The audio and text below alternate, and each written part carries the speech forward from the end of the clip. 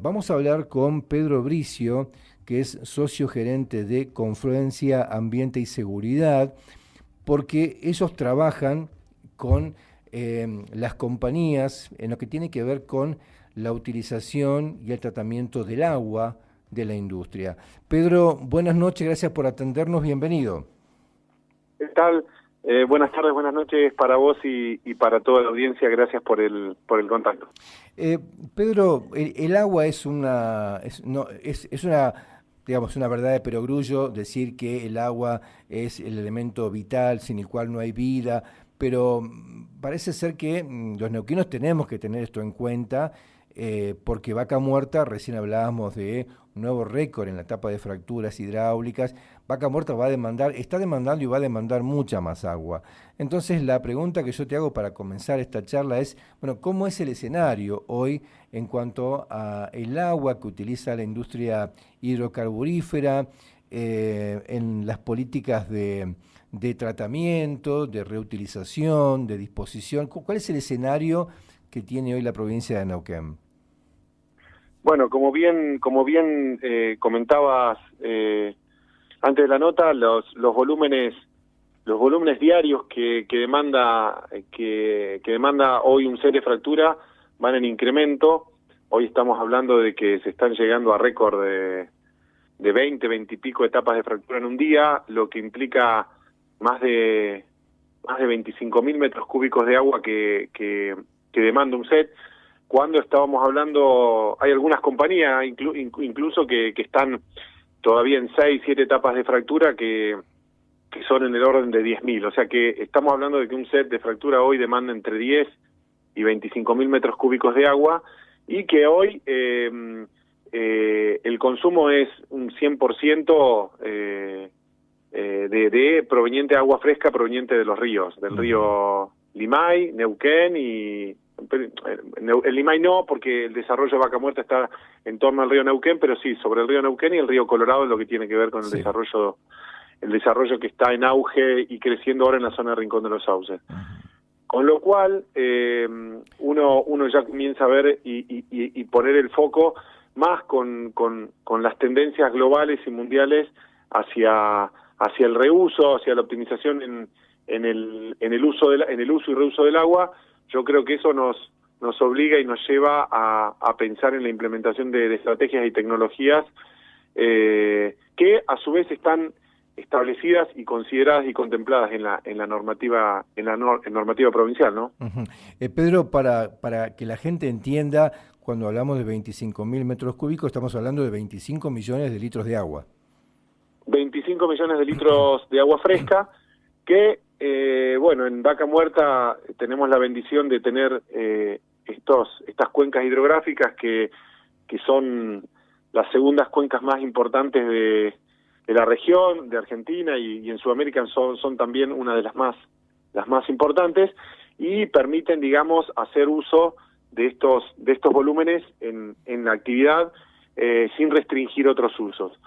Pero, sin embargo, yo creo que en el marco de la normativa provincial, que es el decreto 1483 de la Subsecretaría de Ambiente, se estipulan y establecen que las compañías digamos, tienen y deben establecer estrategias de reuso tanto para la propia actividad como para proyectos alternativos de riego y reuso. Y en eso estamos nosotros enfocados en este tiempo, digamos, en buscar e instrumentar soluciones para que las operadoras puedan contar con alternativas para no disponer, porque el agua, repasando el proceso, digamos, el agua se utiliza en 25 millones de litros para un set de fractura en un día. De eso retorna luego entre un 20 y un 40, un 50% del agua a superficie en el transcurso, en algunos casos, del siguiente año. Es decir, lo que se fractura hoy vuelve entre un 20 y un 60% en el transcurso de los próximos 6 a 12 meses. Ese porcentaje que vuelve se reinyecta luego hoy en pozos sumideros, que son pozos que tienen la capacidad de recibir agua de flowback con agua con similares características y se reinyecta. El desafío hoy está en esa agua que vuelve, procesarla, tratarla y devolvérsela a las compañías para que usen en otras operaciones y reducir el volumen de agua fresca que se toma de los ríos, ¿no? Claro, te hago esta pregunta. ¿Cuál es el costo que tiene para una compañía el metro cúbico de agua tomado del río? Es decir, ¿hay un control de la cantidad de agua que utilizan y pagan las compañías por esa agua? ¿Ese costo se suma a lo que deberían invertir para tratar luego el agua de flowback? ¿Cómo es la ecuación económica? Sí, las compañías para tomar el agua fresca deben solicitar un permiso a la Subsecretaría de Recursos Hídricos, donde piden autorización para la instalación de la toma y donde deben declarar el consumo de agua.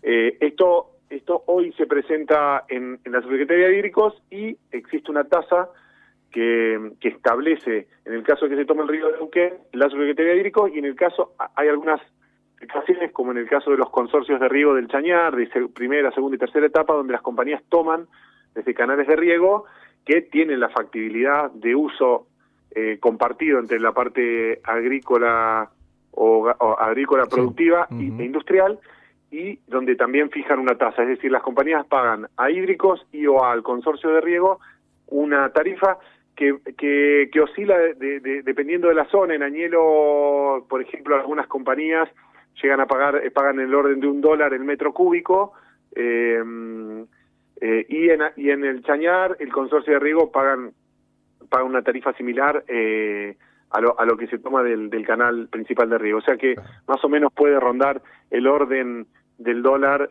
por metro cúbico, el costo que se paga a la autoridad de aplicación. Claro, y tratar el agua que retorna de la operación de fractura tiene costos elevados. ¿Es viable que las compañías, digamos, puedan realizar esta tarea teniendo en cuenta los costos?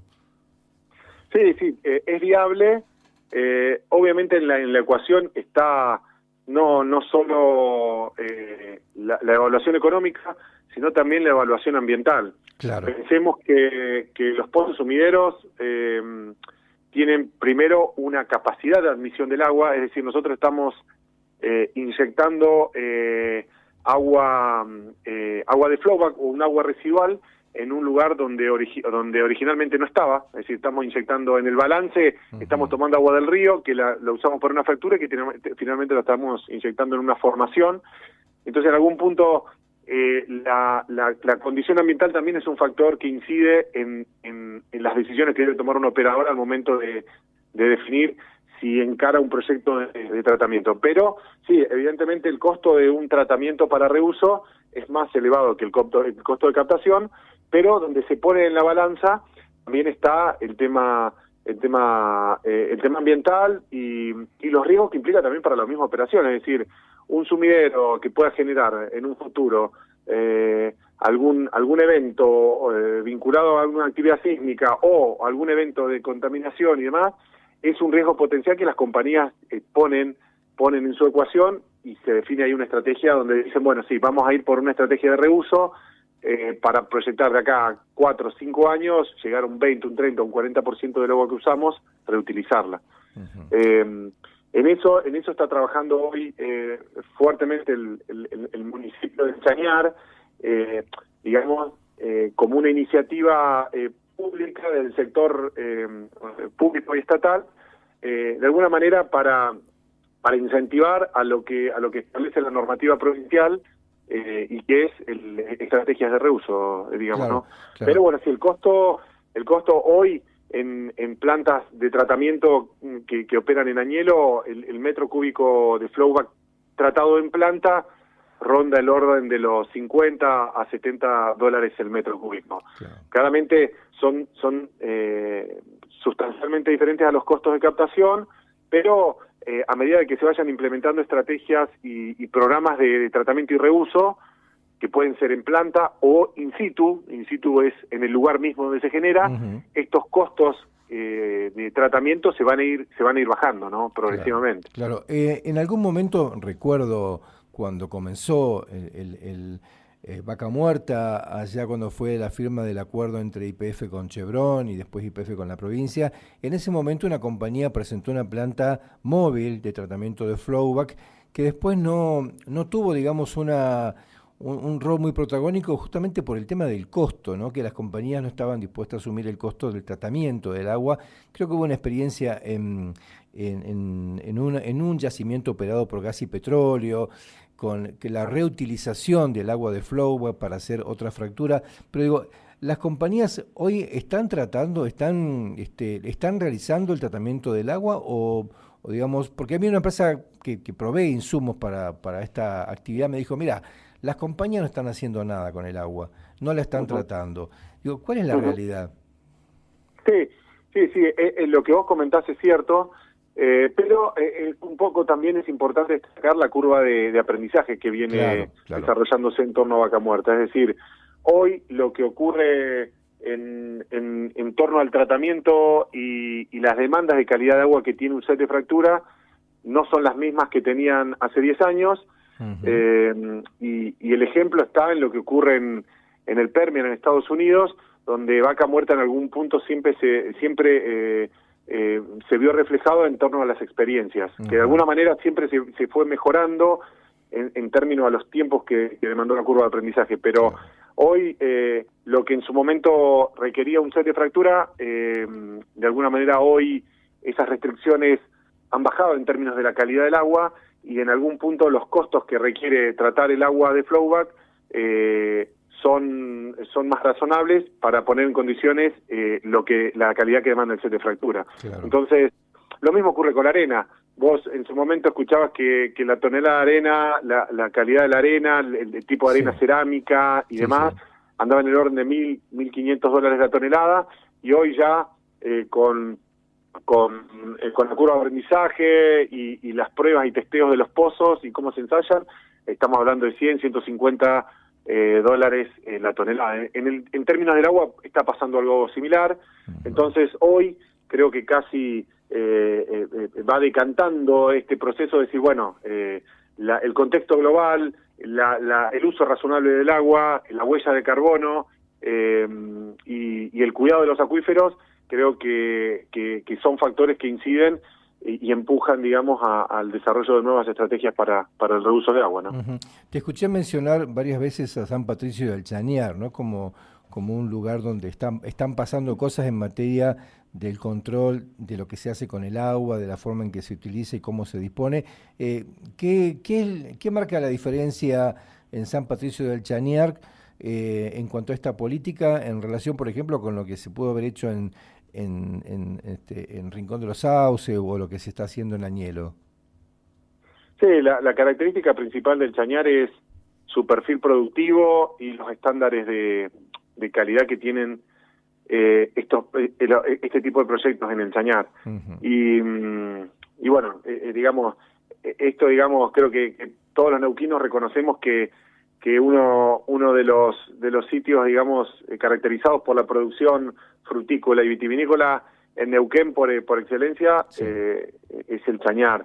Entonces, en algún punto el desafío que se está dando es con todo el desarrollo no convencional que está ocurriendo como un centro que lo pone como en el centro del Chañar, todos los desarrollos que se dan sobre la zona que podríamos definir de Ruta 8, la Ruta Provincial 8, es la ruta que nace ahí en el cruce, lo que se conoce como el cruce con la Ruta 7, que va hacia Añelo, constituye como una columna hacia una zona de desarrollo que viene como en una segunda etapa a lo que fue o es Añelo, en su momento. Entonces, en algún punto el Chañar lo que establece es decir, bueno, nosotros, digamos, lo que nosotros percibimos que establece el Chañar es quieren establecer un desarrollo sustentable, genuino, en relación a la actividad.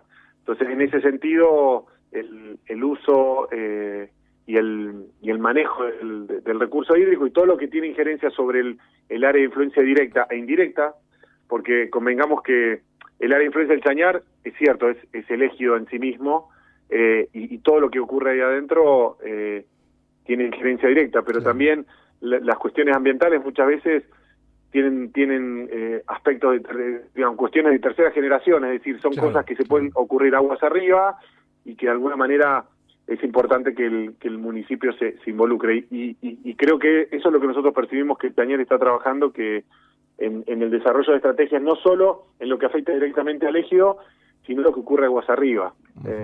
Que bueno, que también Chañar tiene esa característica geográfica, que tiene cuencas pluvialuviales que desde una gran cantidad de kilómetros, 10, 15, 20, hasta 30 kilómetros aguas hasta arriba, lo que ocurre termina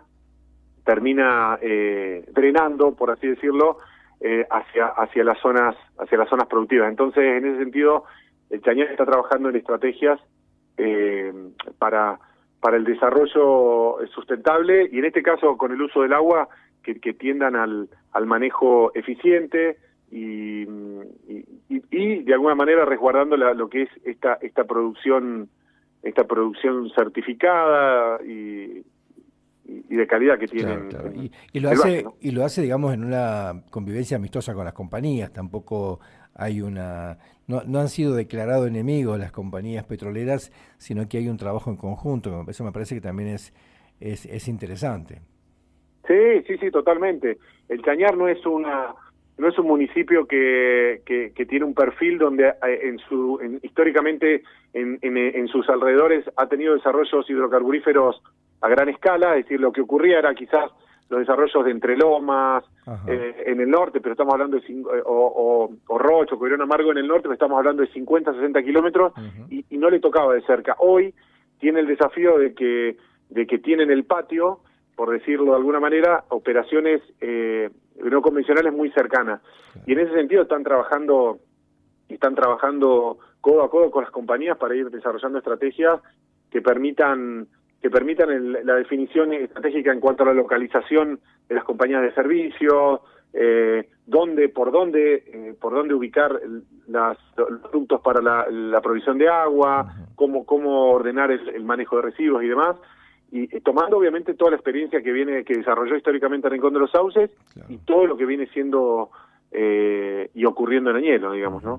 Pedro, te agradezco muchísimo este contacto. Siempre es muy bueno tener la información de primera mano, ¿no? De aquellos que están siendo protagonistas de cada tema en particular vinculado con la exploración y explotación hidrocarburífera. Así que te agradecemos mucho y seguramente vamos a volver a molestarte para consultarte alguna otra cuestión puntual.